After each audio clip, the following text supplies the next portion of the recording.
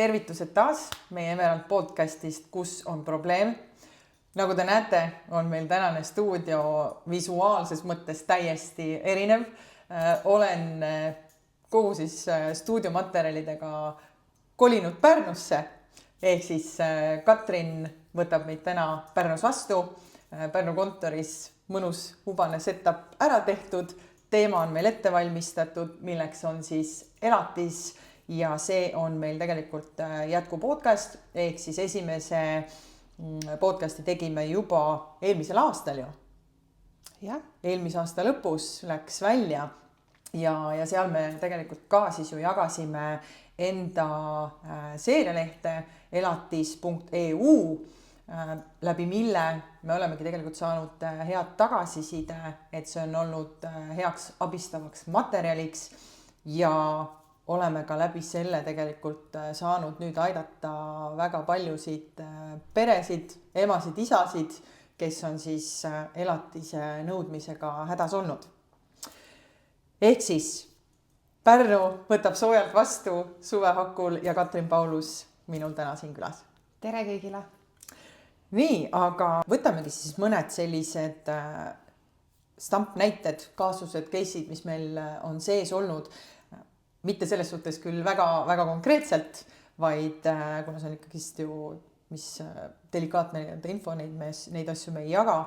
Aga too välja mõned sellised näited, mis just on lauale tulnud. Ja, meil on selles mõttes olnud kogemusi ja näiteid mõlemalt poolt, et meie poole ju pöörduvad need inimesed, kellel on vaja siis vastaspoolelt elatist kätte saada ja meie poole pöörduvad need inimesed, kellelt on siis seda elatist nõudma tuldud.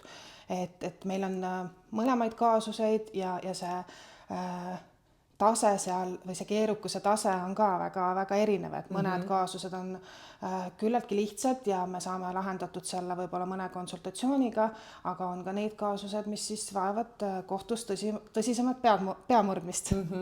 Ja siinkohal me muidugi jõuame selle teemani ka veel järgmistes küsimustes, et on olnud ju nii isasid kui emasid, on ju? Täpselt. Sa pead silmas seda, et elatist nõuavad nii isad kui emad, eks ju, et mõlemad. Ja. Ehk siis ka see on tegelikult asjaolu, mis võib-olla ühiskonnas on, või ongi tekkinud nagu arusaam, et ainult naised nõuavad siis meestelt seda elatist, aga tegelikult asi nii ei ole. Aga sa mainisid natuke ka seda, et mõni asi on saanud sihukese kiire lihtsa lahenduse, ehk siis ongi mõlemad siis naine kui ka mees, ema, isa tulnud nõustamisele koos, et siis kuidagi see kolmas osapool siis maandaks kogu selle pingelise poole sealt ja emotsioonid, et jõuda siis kiire lahenduseni, et asi üldse ei jõuakski kohtusse. Tegelikult ega seda koosnõustamist ei ole olnud, et tuleb enamasti advokaadi juurde ikkagi üks pool. Ja tema küsimus siis ongi reeglina see, et kuidas seda elatist saada, tema mure on see, et teine pool seda ei maksa või siis tuleb nõustama see pool, kellelt seda elatist nõutakse ja ta tahab teada, millised tema õigused on, et kas ta siis peab maksma, kui palju ta peab maksma, kas tal on õigus mingeid vastuväiteid esitada, et siis neid asju me saame siis konsultatsiooni käigus selgitada, et ja tihtipeale ongi niimoodi, et kui inimene saab oma õigused teada või oma võimalused teada, siis või ka kohustused. Siis sellest talle tihtipeale piisabki, et ta saab aru, kas tal on mõtet sellega nagu vaielda või on tal siis mõistlik, elatise maksjana on tal mõistlik seda siis tasuma hakata või kui ta on siis elatise nõudja, siis ta saab otsustada, et kas see, mida talle praegu makstakse, on piisav või on tal põhjust minna ikkagi kohtusse ja nõuda rohkem. Nagu me siin ennem mainisime, et üldjuhul ongi siis selle elatise nõudjaks emad, ehk siis naised, et kuna laps läheb ema juurde elama suurem osa ajast, siis see kuidagi on niimoodi nagu juba ajaga paika loksunud, aga võib-olla tookski välja siit mõned sellised konkreetsemad näited just isade nagu vaatevinklist ka. Ja ma arvan, et üha enam see, et see müüt hakkab nagu hävima, et emad on need, kelle juurde lapsed lähevad ja kes siis elatist nõuavad. Võib-olla see on konkreetselt minu töölaua iseloom, mul on päris palju kliente just isade poole pealt, kes siis ka isegi nõuavad elatist, kellel on vaja seda elatist ema käest küsida, nad kasvatavad ise seda last üksinda või siis osaliselt, eks ju. Ja neid isasid on üha rohkem, et see paistab silma, et isad on hakanud oma õiguste eest seisma, et vanasti võib-olla peeti seda kuidagi, ma ei tea, kas siis häbiasjaks, aga nõrkuseks, et isad justkui on nõrgad siis, kui nad tulevad ema käest elatist küsima, aga tänapäeval, kus juba see töötamine on võrdsustunud, kus juba isad saavad jääda ka siis lapsehoolduspuhkusele, et siis ka elatise puhul isad hakkavad oma õigustest aru saama ja nad kasutavad seda võimalust, et lapse heaks seda elatist siis küsida. Et selles suhtes ongi, et see laudadel või meil büroos on siis tulnud ka sisse pigem selliseid töid, kus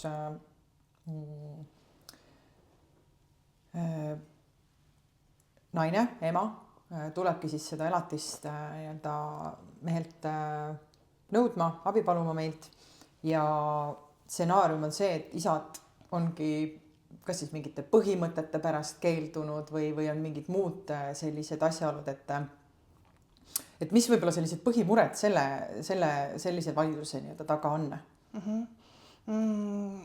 Ma ütleks, et isade kõige levinum küsimus või murekoht on see, et nad tahavad teada, et kuhu see raha läheb ja nad tahavad kindlustunnet, et seda raha, mida nad elatisena maksavad, et seda kasutatakse lapse heaks. Et tihti tullaksegi selle murega, et ma maksaks küll seda elatist, aga ta ju läheb, ise ostab endale selle eest uusi riideid ja ta ei kasuta seda lapse jaoks, et lapsel on ikka need samad vanad riided seljas või midagi taolist. Ja tahetaksegi siis, küsitaksegi, et kuidas seda kontrollida, et kuhu see raha läheb. Et aga kuidas siis seda kontrollida? Ja kas üldse peab kontrollima? Just, et tegelikult siin ongi see teema, et see vanem, kes siis elatist saab ja seda kasutab, ta ei pea mingisugust aruandlust esitama, näitama, et kuhu ta seda raha kulutab. Et seda kontrolli võimalust tegelikult ei olegi. Sest et kui elatist makstakse, lapsel on kulud olemas ja ei pea sendi pealt nüüd vaatama, et kas see elatise raha eest on ostetud lapsele riided, et kas nüüd ema endale ostab neid riideid ikkagi siis oma palga eest. Et sellist aruandluskohustust ei ole ja seda kontrollida ei saa.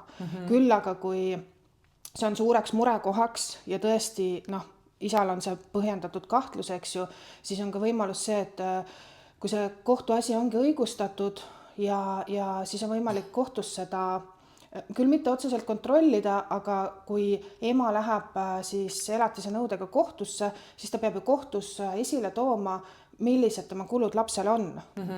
Et kui ta nõuab niinimetatud miinimumi, siis ta ei pea seal tõendeid esitama, aga ta peab vähemalt oskama välja tuua, et mis kulud on toidule, mis kulud on seal riietele, mis kulud on elamisega seotud kulud, eluasemekulud. Et siis ta toob need välja ja tihtipeale see juba tegelikult annab isadele sellise teadmise ja kindlustunde, kuhu see raha läheb, sest et varem ei mõelda selle peale, et on ka elamiskulud, et tuleb maksta ka korteri eest. Tihtipeale jääb selline mulje, et kui ema peab korteri eest maksma, siis ta maksab nagu oma eluase kulusid, aga lapse eluase on ju ka see, et see on lapse kulu ka. Kommunaalid, riided, kõik asjad, huviringid. Et selles mõttes et kohtumenetluse käigus võib selle pildi saada paremini ette, aga siin me võime ka teha üleskutse inimestele, et enne kui te lähete kohtusse, et võib-olla omavahel suhelda ja selgitadagi siis teisele poolele, et kuhu need kulud lähevad. Et emade vastuseis on jälle see, et ma ei taha mitte midagi öelda, ma ei taha mitte midagi näidata, aga selleks, et seda kohtuvaidlust vältida, on võib-olla mõistlik just kas või teha väikegi selline list, et kuhu need kulud siis lähevad, et see ennetab eos seda vaidlust juba.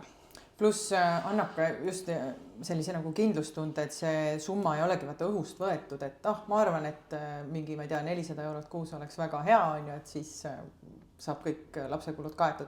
Et kui on ikkagi see ülevaatus tehtud ja analüüsitud nagu mõlemad pooled on asja läbi vaadanud, siis ju on näha, et need ongi tegelikult reaalsed kulud. Ja pluss need kulud ju tegelikult meil kogu aeg kasvavad. Just. Aga ma siin tahaks rõhutada veel seda ka, et kui nüüd tõesti see kulude list tehakse, ükskõik kas siis enne kohut või kohtumenetluse ajal, siis tuleb ju välja tuua lapsele kuluvad kulud, kulutused ja see jaguneb ju vanemate vahel pooleks. Ehk et me ei tohi ära unustada seda, et mõlemad vanemad peavad panustama lapse ülalpidamisse sama palju. Ehk et kui kulud on teatud summa, siis tegelikult peaks see minema pooleks. Aga siin tulevad juba eraldi nüansid, et kohus hakkab hindama, millised on mõistlikud kulud, kas on põhjendatud miinimumelatise väljamõistmine või suurema elatise väljamõistmine. Aga jah, et tihti unustatakse ka see ära, et mul on lapse kulud 500 eurot ja nüüd maksa mulle see 500 eurot. Tegelikult on ju 250 siis see elatis. Pluss ju ka see, et oleneb ju, või kas määratakse siis selle elatise kinnitamisega, elatissumma kinnitamisega ka ära, kus laps nagu rohkem elab, on ju, kumma lapsevanema juures. Et ka sealt tekib ju proportsioon. Et kui näiteks ongi enamus ajast on ema juures, mingi nädala kuus on näiteks isa juures, siis tegelikult on ju kogu see elamiskulu osa emal on ju suurem. Seda vaadatakse, seaduses on väga täpselt toodud, et kui laps elab siis selle elatise maksja juures 7-15 ööpäeva kuus keskmiselt 1 aasta kohta, et siis seda niinimetatud miinimumelatist hakatakse järk-järgult vähendama ja seda arvutada kõige parem võtta lahti elatiskalkulaator Justiitsministeeriumi koduleheküljelt ja siis saab täpselt näha, et milliste ööpäevade arvu korral siis elatis vähenema hakkab, et jah, seda arvestatakse, et kui palju siis laps teise vanema juures elab. Kui nüüd ongi, et on määratud elatis, on määratud täpselt ära see, et kus laps rohkem aega veedab, elab ja nagu me teame, elu muutub kogu aeg. Ehk siis mingi hetk aastate pärast, 2-3 on näiteks see suhe vastupidine. Et laps oli alguses ühe vanema juures enamuse ajast, aga nüüd on kuidagi läinud nii, et on hoopis teise vanema juures. Kas siis peaks uuesti kogu selle elatissumma üle vaatama, uued kokkulepped tegema? Jah, kindlasti, sellepärast, et kui asjaolud muutuvad, siis alati on põhjust elatise kas siis kokkuleppe või ka kohtuotsus üle vaadata. Sõltub siis sellest, et kui kohtuotsusega välja mõistetud, siis tuleks pöörduda kohtusse, et see otsus siis muuta. Aga jaa, alati kui asjaolud muutuvad, kui muutuvad ka lapsel mingil põhjusel sissetulekud või kui lapse kulud mingil konkreetsel põhjusel suurenevad, näiteks kui ta hakkab tegelema mingisuguse kalli hobiga ja mõlemad vanemad toetavad teda selle hobi juures, siis peaks ka elatise puhul sellega arvestama, et võib-olla seda hobi ennem ei olnud, aga siis varem mõisteti üks elatise summa välja, aga laps on väga andekas, eks ju, selles hobis on ju, ja siis see on põhjendatud see kulu, kui vanemad muidugi ka seda toetavad, eks ju. Mul tekkis peale siin jooksvalt üks küsimus, et oletame, et vanemad läksidki kohtusse välja, et see elatis siis saaks õiglaselt paika. Kui nüüd sealt läheb kõik väga hästi, elatist makstakse, kõik kuidagi sujub, kommunikatsioon mõlema lapsevanema vahel ilusti olemas, toetatakse last ja tekivadki näiteks sellised lisa nagu kulud, aga nad saavad kohtuväliselt kokkuleppele, et okei, sinu osa on see, minu osa see ja siis, ma ei tea, annavad üksteisele sularaha või miskit sellist, on ju. Ülekande võib ka teha. Või ülekande, on ju. Et kas kuidagi peaks olema nagu valvsam sellises olukorras, et see ikkagi, kas ta peab minema sealt kuidagi kohtuotsusest läbi, et kinnistuks mingi asi, et hiljem tulevikus mingit vaidlust jälle ei tekiks selles osas? Kui see elatise maksja otsustab rohkem elatist maksta just selle tõttu, et mingisugused kulud suurenesid, ta saab sellest aru, ta aktsepteerib seda, siis rohkem võib alati maksta. Ja kui see on makstud nagu konkreetselt lapse kulude jaoks, siis ei ole ka ju võimalik see, et pärast teine pool hakkab seda kuidagi tagasi nõudma. kui pikalt üldse saab tagasiulatuvalt elatist nõuda? Elatist saab tagasiulatuvalt nõuda nüüd meil on see piir, me saame ajapiiriks võtta selle hetke, kui me läheme hagiga kohtusse ja tagasiulatuvalt siis saab nõuda kuni 1 aasta hagi kohtusse esitamise ajast.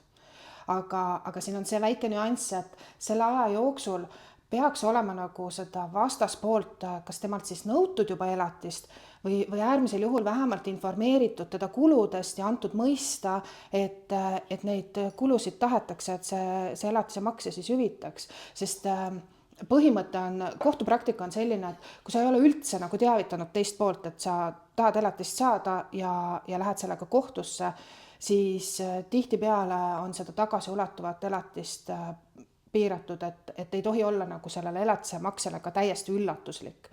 Ehk et kui tagasiulatuvat elatist nõuda, siis tuleb üle vaadata, kas varem on seda, kas varem on teist poolt üldse teavitatud, et ma nüüd tahan seda elatist, et ma vajan seda. Samamoodi ka elatise suurenemise korral, et esimene samm on alati selle asemel, et kohtusse joosta, siis esimene samm on see, et teavita teist poolt.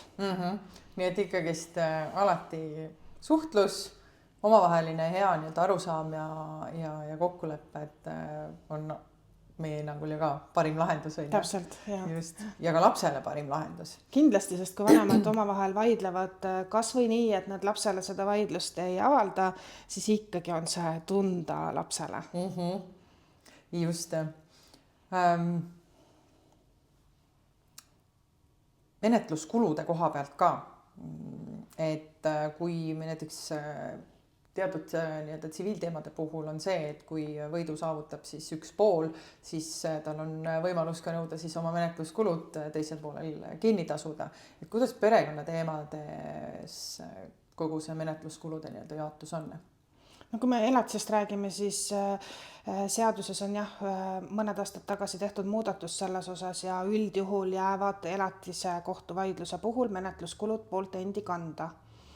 Et ja üldse perekonna asjades üldreegel on see, et kulud jäävad enda kanda, et selle peale lootma jääda, et need pärast tagasi saada ei tasuks ja seda piirati ka selle põhimõttega, et ei oleks sellist kiuslikku kohtusse kaebamist. Kui sa nüüd mainisidki siin kiuslikkust, kas on sul enda aastate pikkusel kogemusel välja tuua mõni niisugune, kus sa oledki näinud, et põhimõtte pärast, kiusu pärast minnakse nagu, ma ei tea, mitu aastat kohtuid läbi, peas, et ei peaks mingisugust teatud X summat siis elatist maksma? Ma võib-olla eristaksin sõnad põhimõtte pärast ja kiusu pärast, et kius on nagu teadlik pahatahtlikkus, eks ju. Et jah, olen kokku puutunud, olen seda näinud, aga ma ütleks, et seda põhimõtte pärast vaidlemist on rohkem, sest see on see, et inimene ise tunneb, et tal on, et tema jaoks oleks ülekohtune, kui ta peaks seda maksma, et küsitakse näiteks liiga palju ja siis on tal põhimõtte pärast vaja vaielda, et teada saada, mis see tulemus siis on, et mis siis kohus selles olukorras ütleb, et see põhimõtte pärast vaidlemine on võib-olla natuke midagi muud kui kiuslikkus, aga mõlemat on ja seda olen näinud. Nüüd, kui peakski mõni kuulaja-vaataja tabama ennast mõttelt, et okei, ma pole oma siis lapse isalt või lapse emalt elatist nõudnud, võiks seda teha, siis mis ajaga peaks arvestama, et kui nüüd pöördubki advokaadi poole, klient pöördub siis advokaadi poole, palub abi, mis need sellised võib-olla etapid seal on ja kui palju aega peaks selle peale siis juba ära planeerima? Seda on hästi raske vastata, et protsess algab ju pihta sellest, et inimene tuleb ja me räägime läbi, millised tema õigused ja võimalused on. Ja kui see kohtusse pöördumine on igati põhjendatud, siis ma ütleks, et sellest meie poole pöördumise hetkest kuni hagi esitamise hetkeni, kui on mingil põhjusel väga kiire, siis on seda võimalik ka kokkuleppeliselt väga kiiresti teha, aga ma arvan, et selline keskmine aeg on kuskil 2-3 nädalat umbes selliselt. Ja siis sealt edasi hakkab kohtumenetlus. Et me peame ootama seda, kuni siis kohus asja menetlusse võtab. ja kui kohus on asja menetlusse võtnud, siis antakse vastaspoolele tavaliselt aega selline 20 päeva vastata ja siis me takerdume natukene selle kohtu järjekordade taha. Et mis meil tegelikult praegu suur probleem on, et kuni kohus jõuab siis seda asja ette võtta, läbi vaadata, menetleda. Ma julgeks öelda, et praegu sõltub ka piirkonnast, aga ütleme, et ma arvan, et selline elatise vaidluse puhul maakohtus tuleb kindlasti arvestada kuskil aastaga, enne kui see otsus sealt tuleb. Kas elatisteemade puhul on ka see, et enne kui minnaksegi siis hagiga nii-öelda kohtusse, siis on ka mingi nõude tegemise võimalus, et see nii-öelda siis kohtusse ei jõuakski. Et kasutataksegi näiteks advokaadi abi just selles osas, et advokaat suhtleks siis teise lapsevanemaga ja prooviks leida nagu sealt siis saadud materjalides seda kompromissi, et mitte siis minna sinna nii-öelda kohtuteed pidi. Ja seda kindlasti tasub alati proovida, sellepärast et tihtipeale ikkagi juba see advokaatide kaasamine aitab seda vaidlust ka kohtueelselt lahendada ja kui kompromiss saavutatakse, siis see on ju kõigile kasulik. Me võib-olla ei hakka sellele liiga palju aega kulutama siis, kui see probleem on kestnud tükk aega, kui see elatise nõudja on ise juba kuude kaupa kogu aeg vastaspoolele kirjutanud, tuletanud meelde elatise maksmist, siis seal võib olla see sekkumine ei pruugi tulemust tuua, et ta põhimõtteliselt ei maksa, eks ju. Ongi öelnud, et ma ei maksa. Siis on mõistlik, et lähme siis kohtusse. Aga kui on selline olukord, kus elatise nõudja ise ka nagu vahel võib-olla makstakse, vahel on see maksmine võib-olla kaootiline, siis tegelikult tasuks korra pöörduda ja arutada seda küsimust. Sest see advokaat on ka ju seal selline nagu kolmas osapool, kes tegelikult vaatab ju mõlemat poolt ja samas advokaat ju mõistab mõlemat poolt täpselt samamoodi, sellepärast et ka sina oled teinud ju tööd nii ühe kui teise poolega, see, kes nõuab ja see, kes siis, kellelt nõutakse, on ju. Ehk siis sa saad sellest vaatest mõlema osas väga hästi nagu aru, on ju. Et just nende pingete ja emotsioonide maandamisel, ma arvan, väga hea võimalus asi lahendada väga efektiivselt. Siin ongi see, et inimestel on võib-olla sellest protsessist või üldse oma õigustest ebaselgeid arusaamasid ja neil tekibki selle tõttu konflikt. Ja kui nad tulevad küsima ja kui ma neile räägin, mis siis nende õiguste võimalused on, siis see juba tegelikult lahendab juba probleeme ära. Ja kui siis minu kliendil on igati õigus kohtusse pöörduda, siis ja kui me vastaspoolt teavitame, et kohtumenetlust vältida, siis palun sa aru, sinu õigused on sellised ja kohustused sellised, siis tihtipeale ei usuta mind kui elatise nõudja advokaati, aga nad lähevad, küsivad siis ise oma kontaktidelt, et kas on nii ja nad saavad teada, et jah, on nii ja siis see vaidlus laheneb, eks ju.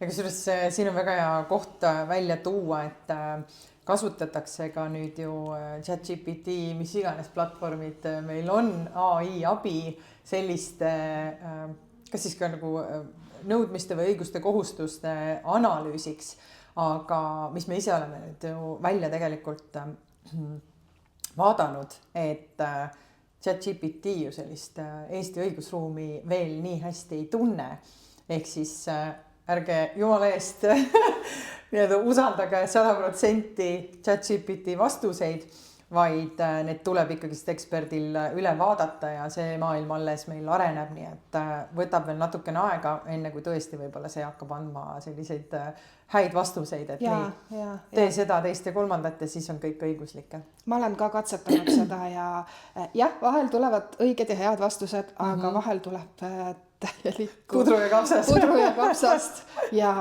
mina juristina saan aru, et mis sealt tuleb, kas see on õige või vale, aga tavaline inimene ei saa aru ja selles mõttes ma soovitan küll, et praegu veel ei ole see sellisel tasemel, et seda usaldada. Et sealt võib-olla ideid võib-olla koguda, aga selle peale lootma jääda, et see nüüd on õige jutt sealt, seda küll ei saa öelda. Just. Nii, küsimus, kui laps saab 18, kas siis on kõik? Nii ja naa. Elatist, eks ju, tuleb maksta teisele vanemale, kuni laps on alaealine, mis tähendab seda, et siis kuni laps on alaealine, siis teda kasvatav vanem saab pöörduda teise vanema vastu kohtusse. Kui laps saab 18, siis tema vanem enam ei ole kohtusse pöörduja, vaid siis on sellel lapsele endal võimalik siis teiselt vanemalt elatist küsida, nõuda, kui ta sel ajal õpib. Ja seda kuni 21-aastaseks saamiseni.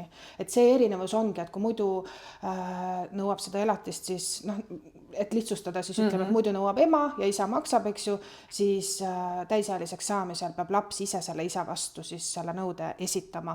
Ja veel on see erisus, et kui alaealise puhul me räägime niinimetatud seadusjärgsest miinimumist, kus see tõendamiskoormis on väiksem, see ei pea tõendeid esitama, siis kui täisealine läheb oma vanemalt seda elatist küsima, siis ta peab ära põhjendama, et millised on tema kulud ja millised on tema vajadused, sest täisealise puhult eeldatakse, et ta suudab ka ise endale sissetulekut teenida. Ma just mõtlesin ka selle peale. Ja, et kui ta nüüd õpib, siis ongi see, et tõenäoliselt vaadatakse siis ka seda, et milline on see õppekoormus, näiteks kui sa õpid kaugõppes või internetiõppes on ka tänapäeval võimalus olemas, siis sa saaksid sel ajal ju ka tegelikult tööl käia ja teenida sissetulekut. Et sellest sõltub see elatise suurus, et täisealise puhul ei kehti see elatiskalkulaatori miinimum, siis nimetame seda nii.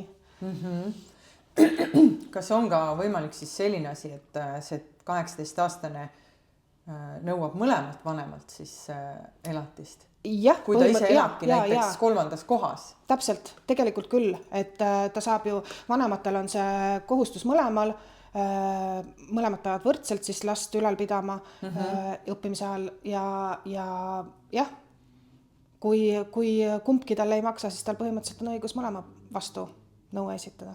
On sul endal nagu kogemusi ka sellega? Sellist juhtumit ei ole, jah. Okay.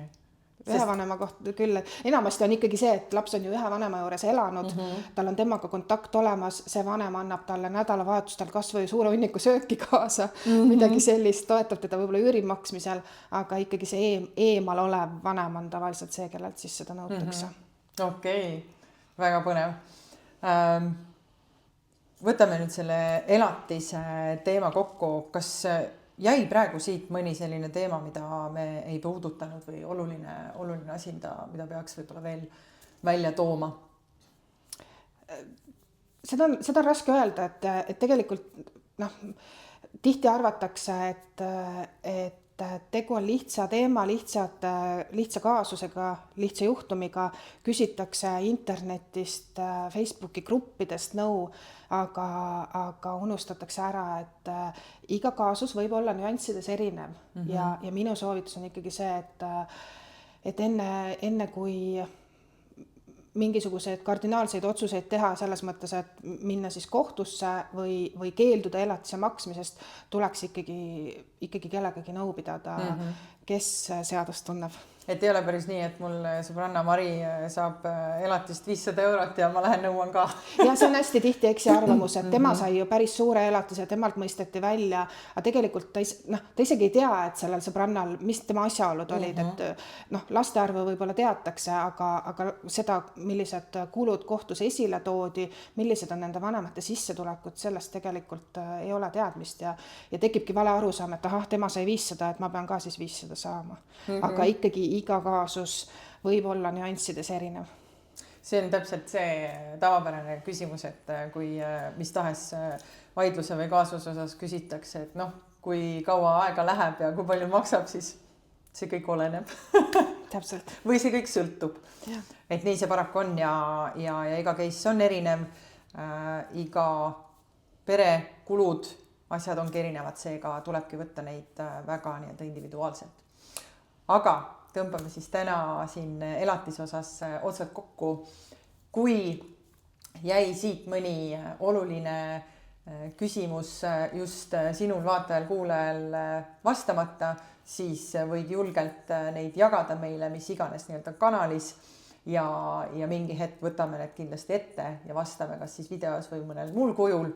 Seega julgustame alati seda ekstra küsimust veel edastama.